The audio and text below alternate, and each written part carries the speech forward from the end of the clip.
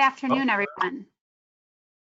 Thank you for joining us. I'm Betsy Smith. I'm the president of Association Acumen, and we're here today with volunteer leaders and executive directors of two different associations that responded to the COVID-19 crisis by pivoting very quickly from in-person to very successful virtual meetings. A couple of housekeeping items. We are going to have a period at the end for questions. So if you have any questions, if you can please type them in the questions box. We have with us today Carissa Kirsten, who is the CME co-chair with the Wisconsin Academy of PAs. We also have Lori Conaway, who is the executive director with the Wisconsin Academy of PAs. We have Heather Bittinger, who's the president of the Minnesota Academy of PAs, and Elizabeth Schlicht, who's the executive director with the Minnesota Academy of PAs. And Carissa, could you kick us off and explain a little bit about the original in-person meeting that WAPA was to have, and then how you shifted to virtual, and I'll also say hybrid because it's still kind of ongoing. Sure.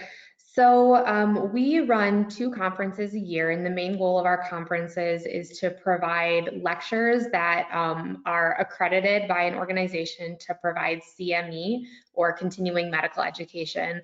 So as PAs, we need to obtain 100 credit hours of CME every 2 years to maintain our certification. So we had originally planned for our live conference to be April 1st through the 3rd. They're usually 3 days. And we run dual tracks each day, which means that during every hour-long session, attendees can choose to go to 1 out of 2 options. And we usually run more of a primary care track and an acute care track. And so they have a lot of different options, but the maximum amount of CME credits they can get is about 19. So when we decided to move to a virtual format, we decided to run what we are calling a hybrid of virtual approach. So we had 2 different things. We had the live stream conference, which was a 2-day conference where people would be able to log on, watch different lectures live, and also be able to interact and ask questions very similar to what we're doing right now. And that was accredited for up to 13 CME credits. We then decided to offer an on-demand portion where we had several different people record their lectures ahead of time, and that's actually set to be released on Friday, May 1st. And that allows people to go on their own time, anytime between May 1st and July 1st, and log in and watch the different recorded sessions kind of on their own time and get up to an additional 24 credits of CME. So we are offering more credits of CME than originally planned at our conference, which we kind of decided to do that to help make up for the fact that people were going to lose out on the food and beverages and the social interaction that generally comes with a live conference. So we wanted to do something above and beyond for our membership. Excellent. Thank you, Carissa. And Heather, could you talk a little bit about the process that MAPA went through and the decision-making of going from the in-person to the virtual? Heather. Yep, absolutely. So just like Carissa has already mentioned, the Minnesota State Association CME meeting is very similar. It's biannual. We have the same goals. But our conference was scheduled a little bit earlier. So our conference was scheduled for March 19th through the 21st. And it became apparent to us approximately about 10 days before that, early in March, when the first cases of COVID were coming into Minnesota, and our clinic and systems were kind of making operational plans to address that it became apparent we needed to have an executive board decision to discuss whether the conference should go on or not. Even if that was yes, we would still do an on-site. So I called Elizabeth to call an executive meeting, and everyone met that evening and discussed moving forward. And the outcome of that meeting was actually that we were going to move forward, but with more of a social distancing and no handshake type of culture that would be new to us and is more our norm now, but new to us at that time. So a day or 2 after, when things were kind of going in the wrong direction in Minnesota, it was an easy decision to move it online because we'd already kind of gone through the pros and cons. Elizabeth had already provided our, excuse me, our executive committee some of the financial details, the communication, the venue details. So we were kind of armed with information about what would happen if we went live or we didn't have the conference at all by the time that decision got made quickly. And then after we did, Elizabeth and our CME chair, Carolyn Jar, moved forward really quickly in further planning to get it on. Excellent. Thank you. And Elizabeth, can you touch a little bit more, Heather started, but touch a little bit more on the process and decision-making that you went from looking at financial to maybe surveying the different stakeholders and the analysis that you went through? Yes, happy to. So we were in the planning stages and doing financial projections at that point in time for our year end anyways. So we quickly came up with just an alternative reality, or what ended up being our reality at that point in time. What would this look like to go virtual? And what differences in income and expenses would that mean, not only for our meetings financials, but also for the Academy's year-end financials, with our year-end happening in June. Some of the factors that came into play there were very unique to our circumstances, such as our specific contract that we had and the cancellation fee requirements or non-requirements that we had at that point in time. And we were, fortunate that there were no penalties that MAPA was, owed to the hotel at that point in time with a cancellation for this year. We did factor in the loss of our exhibitor income. We have quite a few exhibitors at our spring conference. It's one of our large CME events each year, and that is a huge factor to our financial position for the meetings. But we also anticipated at least maintaining the same number of registrants, if not a slight increase, based on not being restricted to the geographical area right within the Twin Cities for attendees. And the other factor that really came into play this year was some very strong grant support for the conference. We had reached out to those organizations who are providing the grant support to confirm that there was going to be no change to their support of our program with our format change to being online. And really, just looking at how that all came into play with the income and then the decrease in the expenses without the food and beverage or AV, and the virtual AV for the platform was a fairly negligible expenditure in the grand scheme of things, and it's a very affordable option, so that didn't really impact things too much. Excellent. And Lori, can you touch a little bit on differences maybe for WAPA and what factors you considered other than those that, if they weren't always the same as what Elizabeth had talked about? Sure. As most people know, associations revenue comes primarily from membership dues and then revenue related to the different events. So either way, we knew even if we got out of all the hotel cancellation fees, that not having the meeting was going to have a drastic impact on the budget overall. So it was a pretty easy decision financially to do something rather than nothing. And then the next step of that process was to elucidate a vision and communicate it to our board and our CME chair to show that this was indeed possible, even though we had such a time constraint. So being able to clearly show a plan to your leaders and get their buy-in was critical in the success of moving forward with WAPA. Excellent. Thank you. Elizabeth, could you touch a little bit on or kind of share with us everything that you did leading up to the virtual meeting, like considerations for the platform, the setup, maybe the process of obtaining CME certification credits and training speakers and all that good stuff? Happy to. Because we made this decision about a week before our in-person event was scheduled and we weren't changing those dates for the virtual, we had already obtained CME accreditation approval through AAPA. And so we reached out to ensure that our change in online format wasn't going to remove that approval, and AAPA did assure us that there was no change. So we were pretty set there, which was nice, and they were very responsive. The biggest component that changed then was identifying which platform we wanted to use for the virtual program. There are a number of options available, and I feel like there's more popping up every day right now. So there's plenty of options available depending on what you're looking for. One of the biggest factors that we took into consideration was ease of use. We didn't have a lot of time to, ramp up with training our speakers or staff on a more complicated program that might have, more bells and whistles, so to speak. But we wanted our attendees to have a seamless experience. We wanted to mitigate any IT troubleshooting assistance that was required for any of the involved parties or stakeholders that were participating in the event. And with those being considered, we settled on utilizing Zoom for our meeting. It's a program that was already in use by our CME chair, Carolyn Jarr, for the PA program she's on faculty for. And so the transition was very, very seamless. And actually, our MAPA staff did partner a bit with the WAPA staff with coming up with some different documents and guidelines for things to touch on during speaker trainings.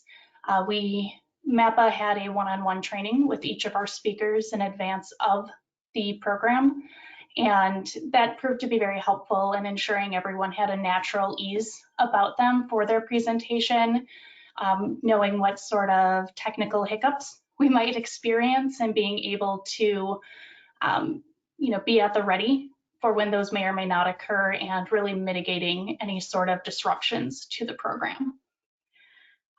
But really, I think a lot of those documents are good things that we've really just worked on and continued to enhance even after the meetings, knowing, different feedback we received and, different experiences we had as well as what WAPA experienced. So capitalize on what Elizabeth was saying.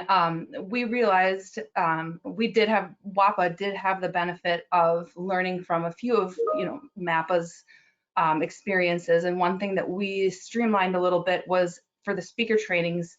We did windows of speaker training so that people could just drop in within a certain time frame, that we spread it out over a week, and that way we were able to get about 13 speakers trained in a week, rather than doing 13 different individual appointments. So that was helpful. And in terms of CME, since really the whole purpose of the event is to provide credits, it was of utmost importance to ensure that we weren't doing anything to jeopardize our accreditation. So I made sure to stay in close communication with AAPA, the accrediting body for PAs, and just stayed in touch with them where I was in the process, the situation, what was happening, just so they understood why things were coming so quickly. And I think that really helped to get our accreditation approved very quickly and without any problems. And kind of jumping off what Lori said, one other thing that we kind of had to do as far as process is when we decided to do the hybrid conference of on-demand and live, we knew that we didn't have time in the couple of weeks when we made the decision to plan both at the same time.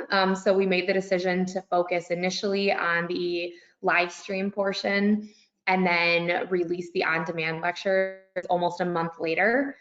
So we have a live stream portion at the beginning of this month, and the on-demand lectures will all become available on May 1st. And that gave us a lot more time to record all of those lectures and make sure that we could deal with any technical problems with the recordings, make sure that we could work around schedules of busy clinicians who were, volunteering their time to record these lectures.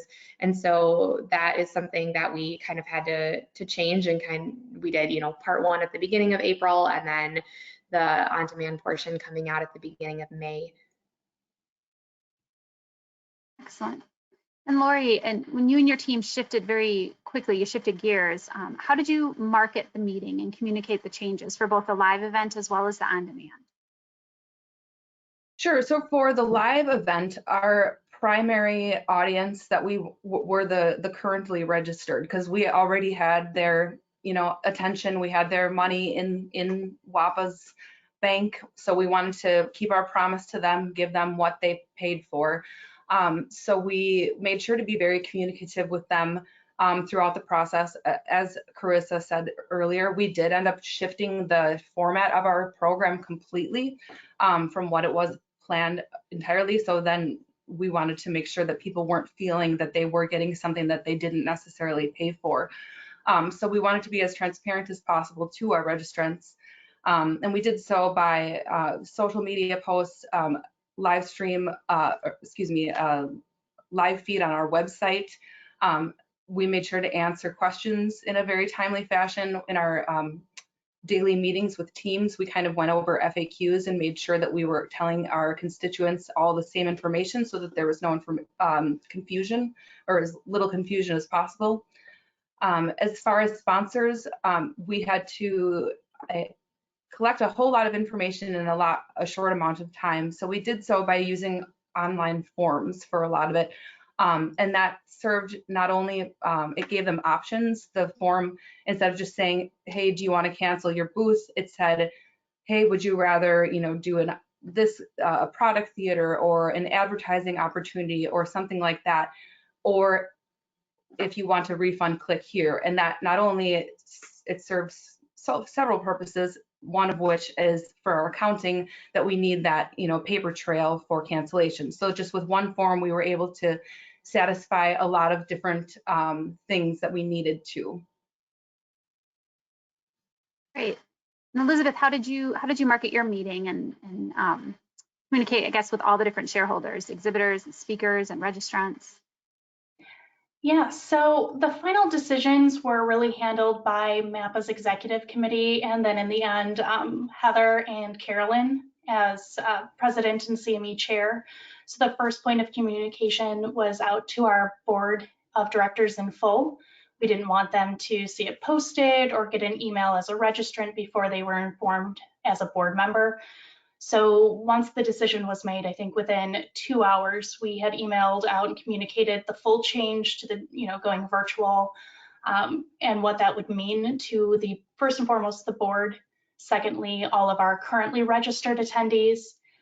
Third, to our exhibitors. And then finally to our general membership, as well as just all PAs in the state of Minnesota. Similar to what WAPA did, we also provided a couple options for our exhibitors to kind of pivot their support, providing different ways for them to connect with those who had registered for the event, albeit in a different fashion. One point I think that is worth mentioning is you want to make sure that whatever you're offering is in alignment with your state's requirements around medical meetings and medical sponsorship or contact or support. Minnesota has fairly restrictive Sunshine Act laws, so just bearing that in mind for whatever governance your association is under, and what options that may or may not allow for you to do. Otherwise, we stuck to very similar channels. We, of course, made sure our website was updated right away. We updated our social media channels and then continued to pivot our email messaging to really focus and promote the virtual meeting, as well as the new registration options for the half-day tickets on top of the one-day or full conference options that were available. And we also, recognizing the redefined target audience that eliminated geography, we had a very limited window considering the time, but we shifted our strategy to include states outside of Wisconsin, which we typically would not have done. And again, considering the time, we did get about 5 out-of-state registrants. So I call that a success considering the time constraints.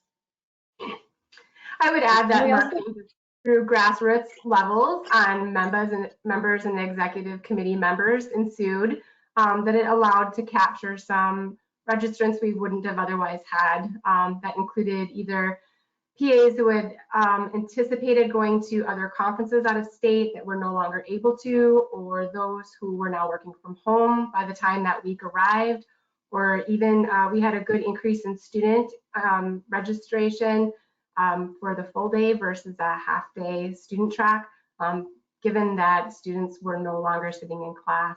So the marketing on a grassroots level really helped capture some other components of who could participate. So it sounds like the reaction was pretty positive from everyone. Lori, did you have any other reactions? It seems like everyone was receptive, but were some people hesitant or resistant to the change to virtual? Yeah, we had to be understanding also of the situation. Everything is, taken within context, and everyone at that point and still is in such an uncertain situation. So we had to be sensitive to that, but also protecting WAPA's financial assets. So we balanced it by not outrightly offering the option to refund, but if people asked for it, we certainly were receptive to that request.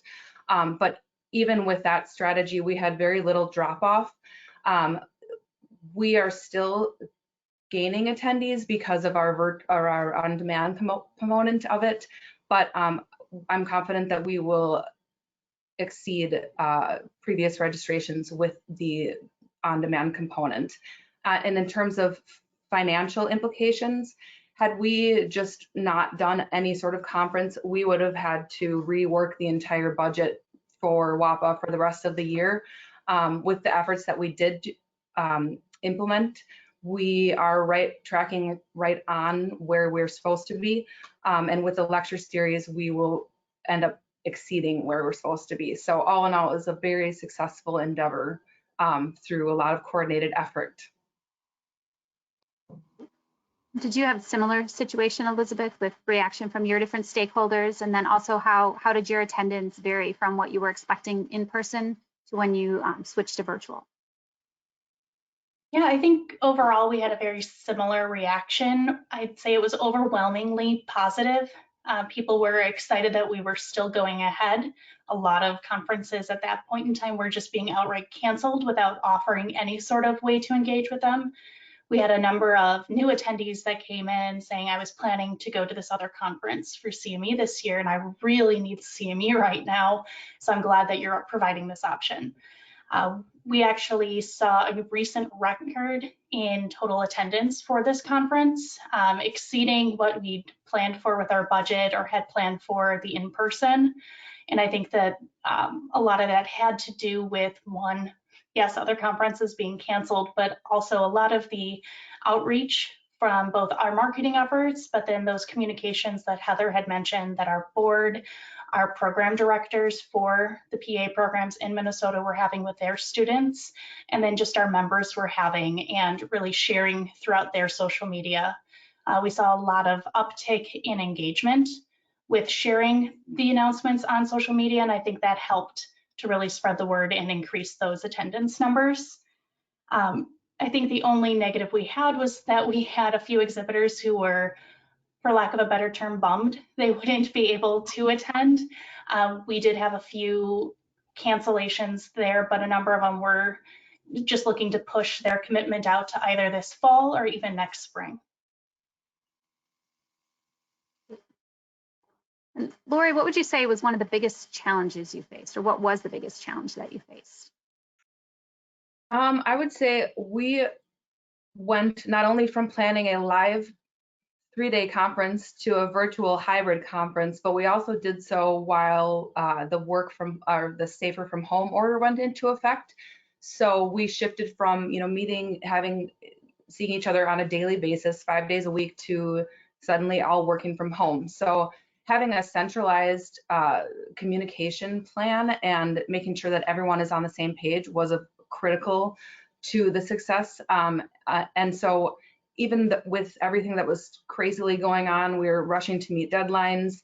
My team made a point. We met every morning for between 5 and 15 minutes just to touch base. We invited Carissa as the CME chair to the call. She could drop in whenever she wanted, just to see if she knew what time they were.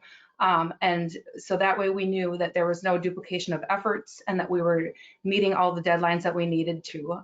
So those daily touch points, especially in the face of the constant change, was very helpful.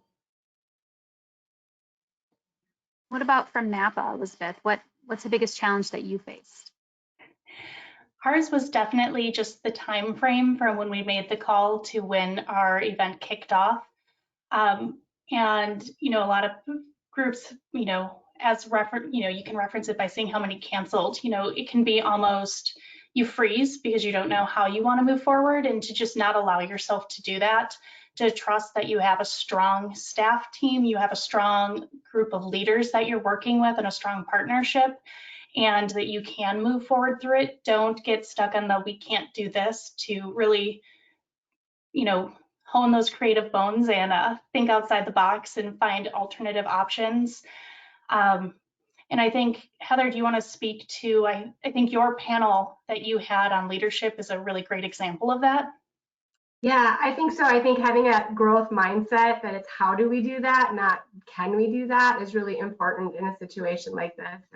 And a good example was this year's conference. We were doing a leadership panel for a new event that we wanted to present once we went virtually, kind of that see all the faces, see all the speakers, and be able to moderate it in a way that would have happened if it was live. And at first it was, can we even do that? And then after working through the platform and preparing speakers, it was, of course we could do that. So I think it is having that idea that how are we going to get around a new challenge or barrier, even if it isn't 1 week. Not can we, just how do we? And just to capitalize on what you're saying, I would also just encourage everyone to not be intimidated by the technology. There's so many platforms out there that makes it so easy for people. And, just as we mentioned earlier, all it took was a 5-minute training session with each of the speakers. And there were little to no technical issues throughout a whole 2-day meeting. So don't let the fear of the unknown prevent you from exploring what you could achieve. I think the other thing I would add is it's the relationship between the organizations and then, MAPA and your leaders, so that you actually have the information to move forward. There is a lot of shared information, a lot of trust that goes in. And so I think it just is the open and frequent communication between each other that's important. Absolutely. And having said all that, Lori, what would you say you would do differently next time? Or do you have any lessons learned to share with the group? One opportunity I'd like to explore further, we do poster sessions for the spring conference, and they were kind of an afterthought just because we were so focused on getting the educational content up. But then we realized, these people had worked hard and they deserved to be showcased. So we quickly pulled together the best we could do in that time frame. We put their abstract along with the poster on a web page and put the contact author's name on the page. But in the future, I would love to see how we can do poster sessions or other interactive sessions better and in a more interactive way. What do you think, Elizabeth? What lessons did you learn, or what things would you do differently? I think for MAPA specifically, but also for any organization where networking and that personal connection is really, really important. I think a lot of organizations will say they're a handshake organization. I think MAPA's a hug organization. We're very much a family. We have a Mama MAPA. And that's just very important to the culture. So finding a way to, if we are going to do another full conference virtual, to find a way to add that networking, that more human element back into it. There are a lot of different options. The more we learn about the technology options that are out there, and the more that they are changing what they offer and enhancing what they offer, there's so many different opportunities to really do more there. And I think we'd spend a fair amount of time finding a way to incorporate that back into our program. Great. And Elizabeth, what do you think the switching to the virtual meeting, what kind of an impact did that have on your overall budget when compared to the expectation of your in-person meeting? A lot of different variables impacting it, and I know you touched on some of those already. Can you share just kind of a high-level overview of where you ended up? Yes, we're very, very pleased with the overall financial impact of our spring meeting. We are exactly on par with what we had budgeted for our net revenue from the meeting this year, and it's helped MAPA stay in a very, very strong position. And from WAPA's standpoint, I would echo almost the exact same thing. The other positive news from the WAPA standpoint is that we have a new revenue source, which we didn't have directly as a result of this. So that's really exciting moving forward. And by that, I mean the lecture on demand component. Yes, we all love new revenue streams, right? And I guess for both of you then, or maybe Heather, if you can address, like, how likely do you think it is that MAPA will do virtual events again in the future, based on the experiences that you had now, the challenges, all of that? Yeah, well, interestingly, this moving a on-site to an on-demand or online conference was one of the strategic plans that MAPA had agreed upon over a year prior.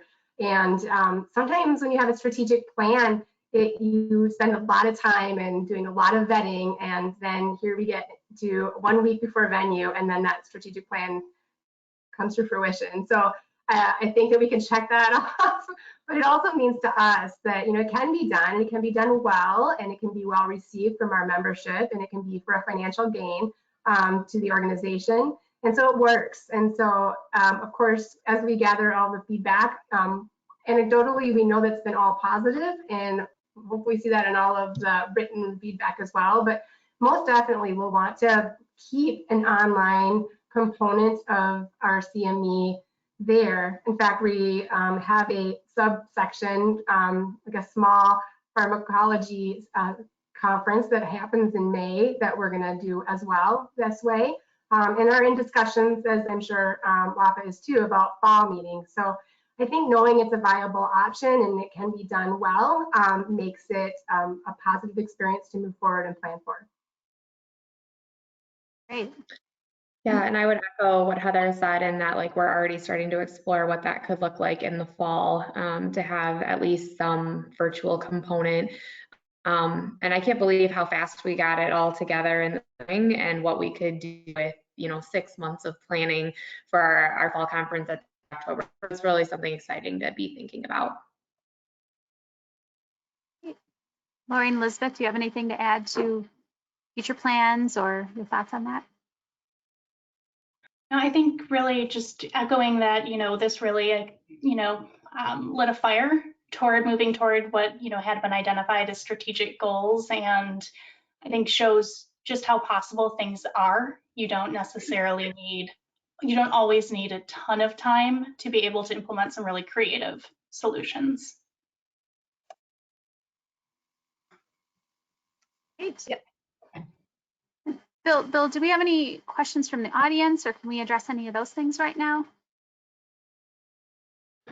We do. We have a lot of questions rolling in.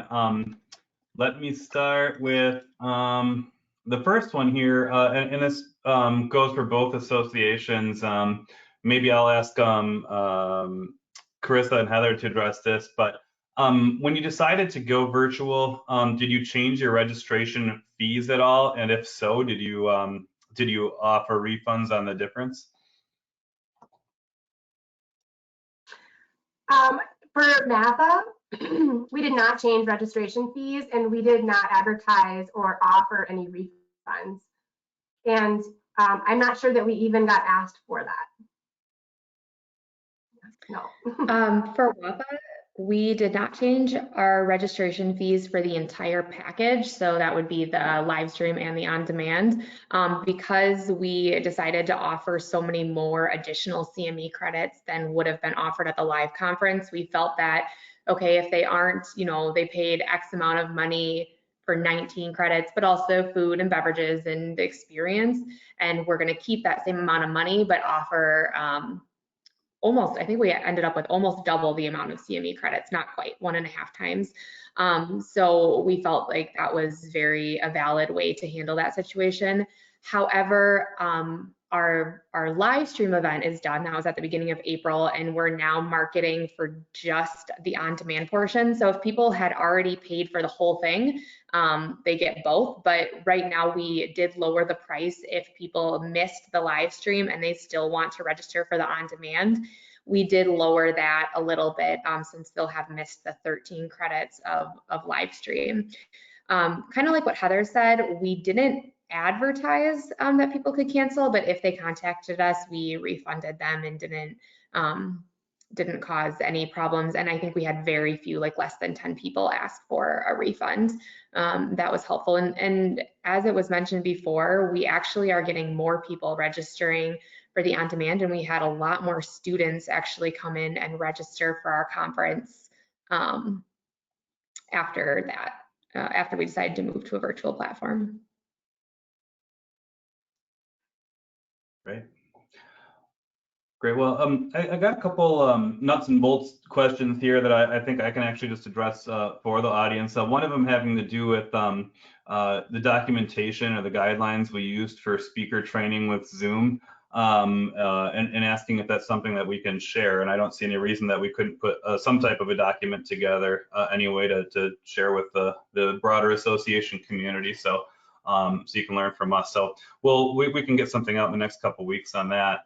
The other one was around the WAPA's sponsor form and the form that you used for reaching out to your sponsors and exhibitors and their reactions to everything.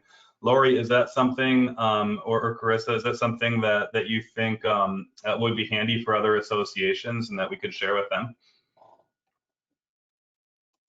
Yeah, I mean, I don't think it's anything proprietary. It was just some ideas that we kind of threw out there so that people wouldn't be just immediately inclined to cancel.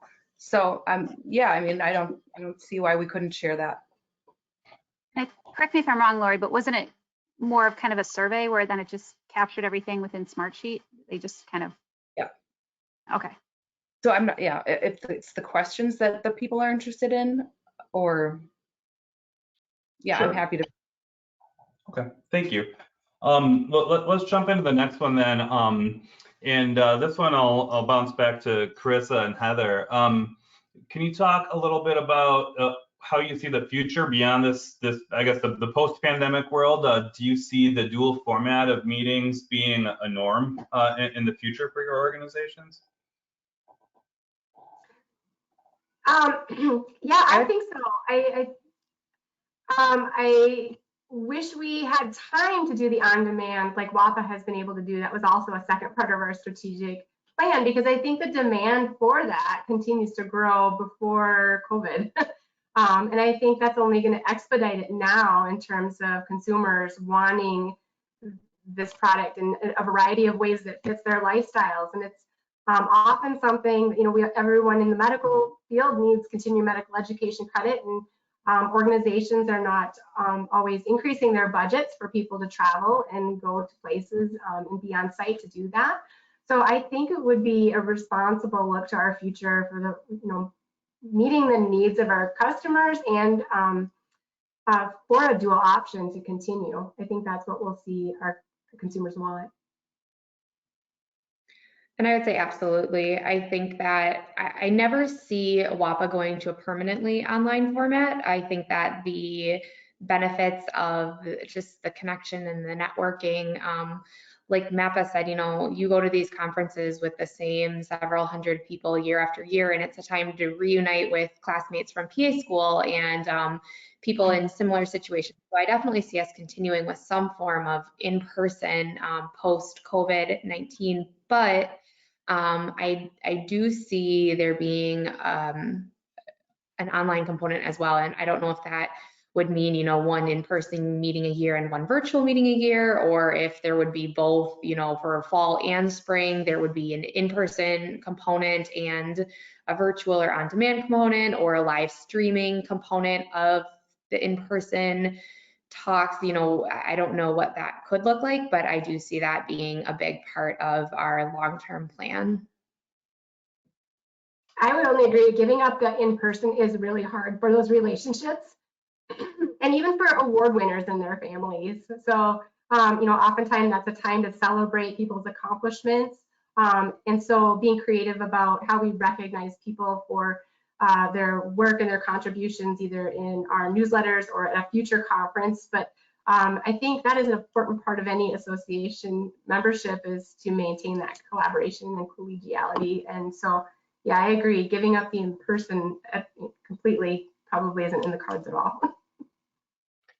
I'm gonna build off of that question for a minute and throw it to Elizabeth and Lori.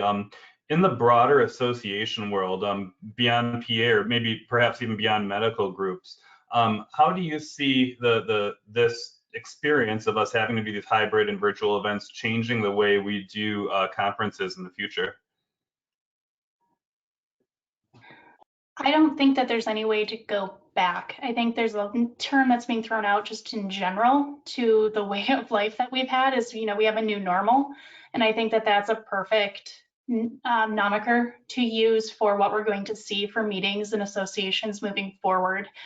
I think there's going to need to be some sort of non-in-person component, and it might not be for every event, but I think at least annually there needs to be some sort of offering. I think it also plays in outside of the specific meetings component to your membership engagement throughout the year. How many of your members are attending your events by doing some sort of on-demand, live stream, or completely virtual experience. I think you're really lowering that bar for engagement and can really help strengthen the overall health of your association moving forward. A strong membership is key to continuing to grow and thrive. And by making sure that we make our meetings accessible to our members is going to be paramount, particularly, as Heather had mentioned, those travel funds. I think those aren't going to be increasing in any industry for at least the next year or so, as everyone kind of attempts to bounce back from what we're currently experiencing. And to just expound on that, there is no going back, and that's a good thing in some ways, because now our leaders know that virtual education is possible and can be profitable. And I think that there was a lot of trepidation surrounding that and the risk that we didn't necessarily have to take. But since we did, now we know it opens up a whole lot of other opportunities, I think, moving forward.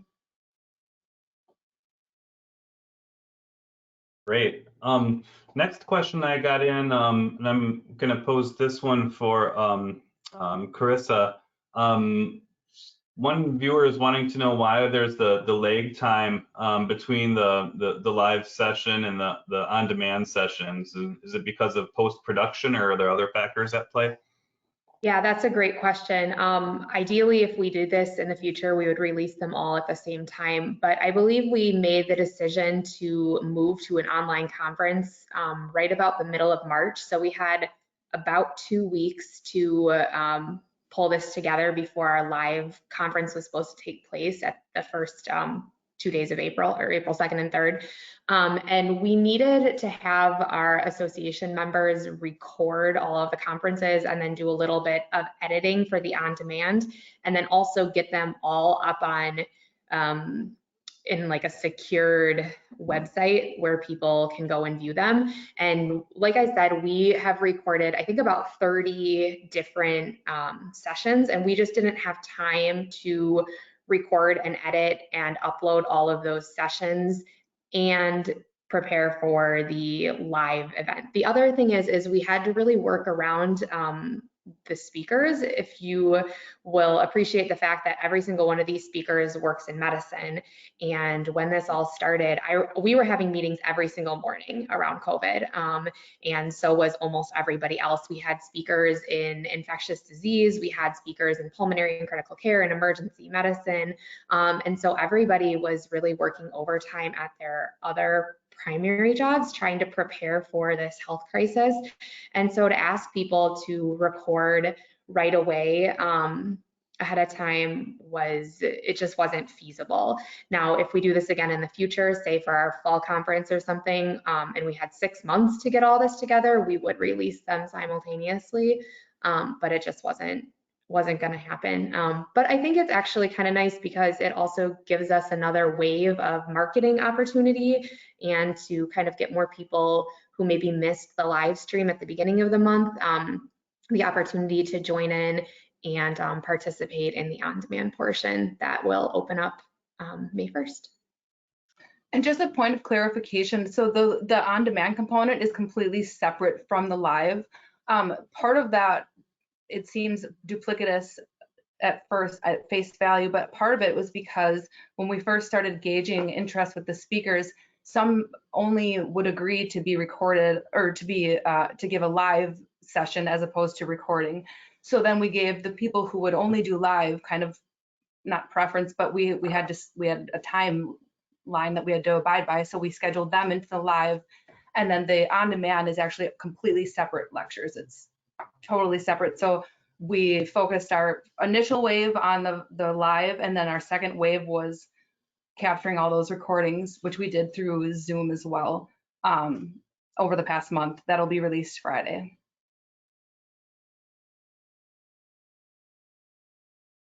Great, thank you. Can you talk a little bit about in your transition to going online? Did you explore anything with or utilize any technologies for virtual exhibit halls or networking for exhibitors and sponsors with the attendees online?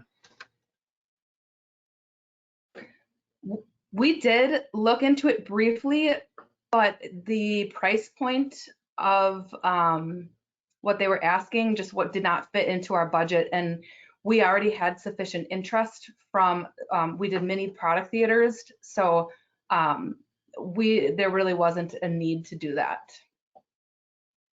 And just to kind of define what I think the mini product theater, so like in between two CME sessions, there might have been a half hour where we had a pharmaceutical company come in and do a talk, which would have usually been over a meal or something like that. So we incorporated those throughout the day for the live stream conference, and people were certainly, staying on, and other people, chose to drop off, but that was a really good opportunity for our sponsors.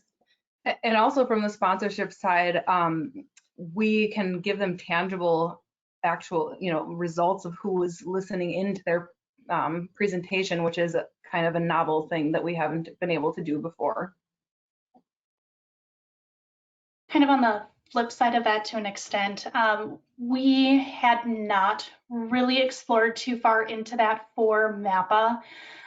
Part of it was we, over the course of 2 days, still had 15 hours of CME. So we had, and then to allow for that transition time between speakers and to do any IT troubleshooting as they may be connected, and we did some slide sharing, we had adjusted our schedule. So we had 5 minutes between each and every session with, I think it was about 45 minutes or so for lunch.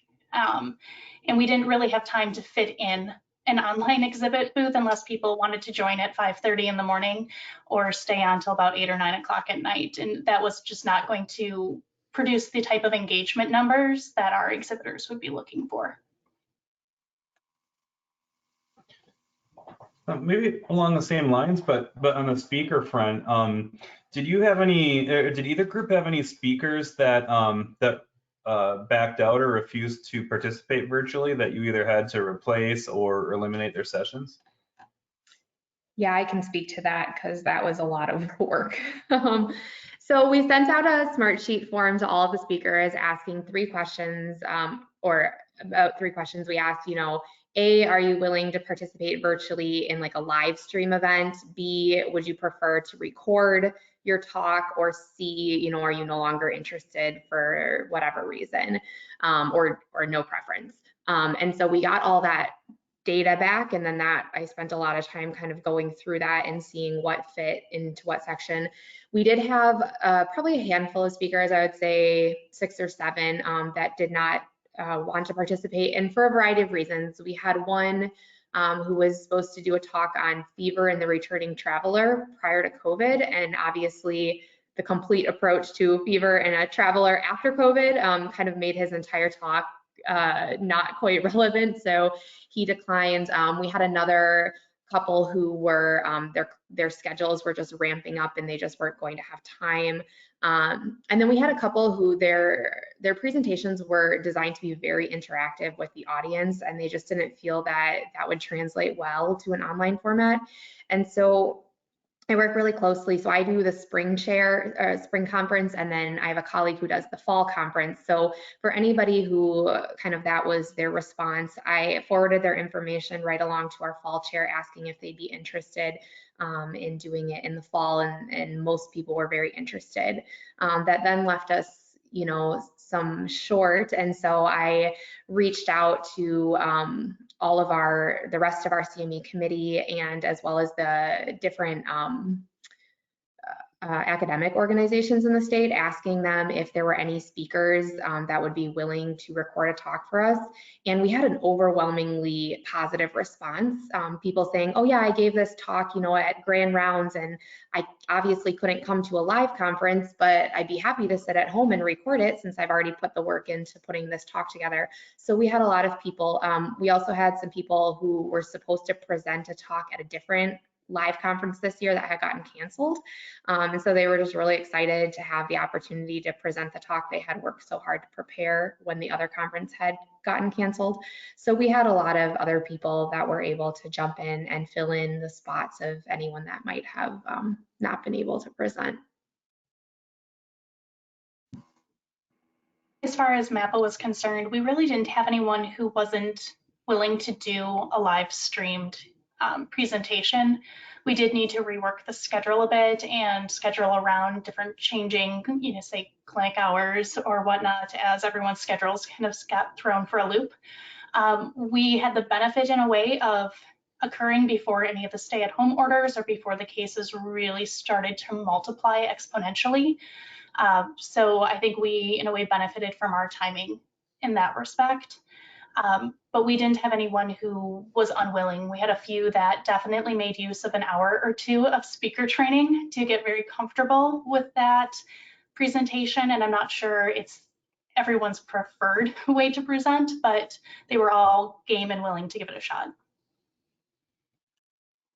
Everyone was game. We had someone teach yoga virtually with her camera. So we had a lot of, I was just really inspired by our speakers. They took everything and made it work one way or another. So it was pretty cool.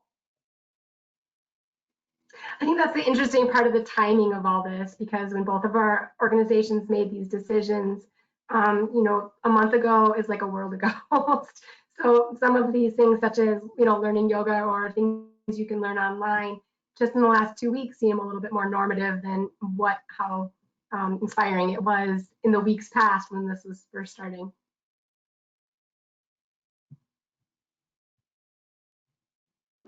Great. With that, let's go back to the platform a little bit, because we're getting a lot of questions around the platform that was used, and I think it's probably important to premise this on that the timing of this was before, at least the time the decision had to be made was before some of the security concerns came out about Zoom, and some of the corporations and organizations started limiting access to it. But we're getting questions around inclusion, security, all of those things, and wanting to know if you think there was an impact because the platform was Zoom on both of these. Do you feel like you lost some people from that? And do you feel like that certain groups might not have been included because of it?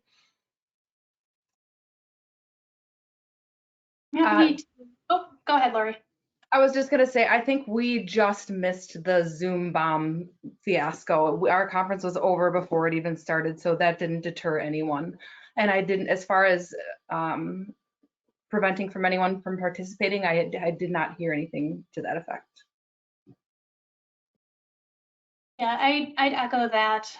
With MAPA's conference happening before most of the stay-at-home orders had even been enacted, I think those started rolling out the week after our conference.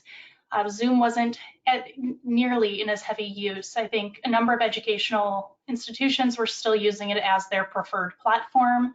And I think they were some of the first organizations to really go through the security concerns and kind of raise the red flag on a number of those. It is something that bodes a lot of consideration for future meetings, particularly with everything going on.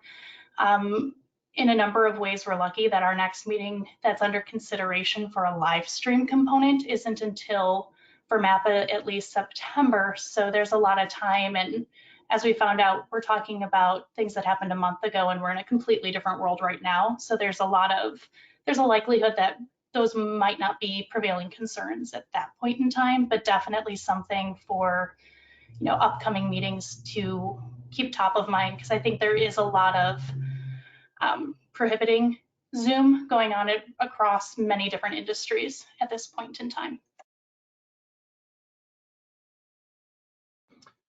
Cool. I'm going to bring it down to one last question. We have a ton of questions coming in, so thank you everybody for submitting them, and I'm sorry we didn't have a time to get to all of them. But another one that I'm seeing as a theme with is how the sessions were structured when going online. How long were the sessions? Did you have breakouts, and did you have breaks in between sessions so people could, I guess what we'd say here in Milwaukee, so people could recombobulate?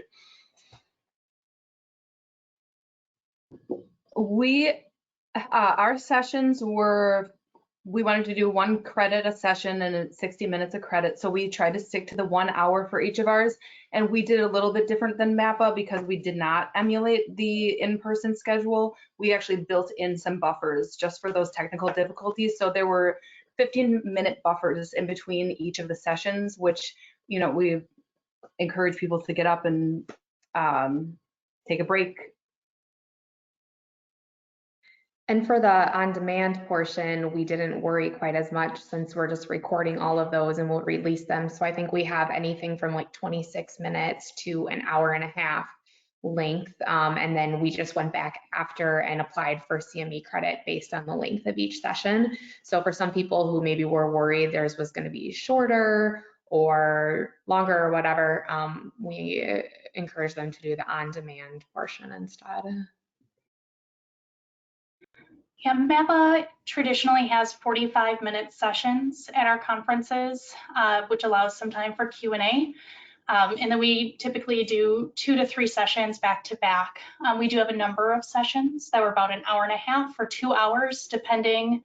But we kept to the same session length, and we just adjusted our schedule to allow a 5-minute buffer between each, which we figured was enough to do like a quick bio break, get a new cup of coffee, and get back in your chair before the next session started.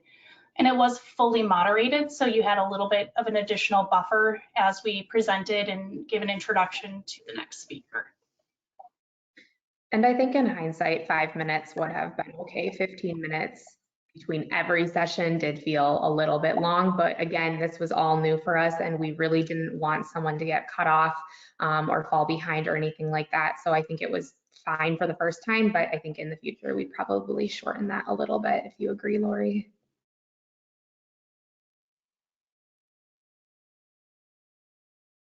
Great. Well, we are coming up on the hour, so we want to respect everyone. I was going to say, I think having the moderator might seem intuitive for everyone, but I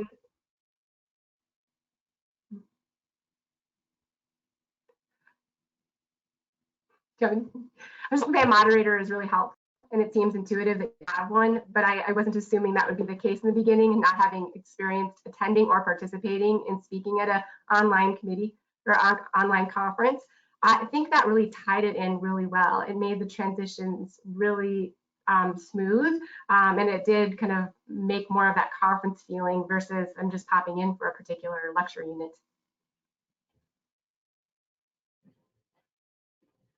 Thank you. Sorry, Heather, a little glitch there.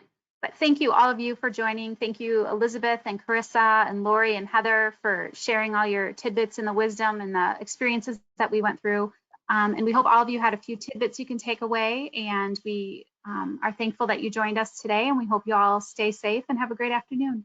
Thank you.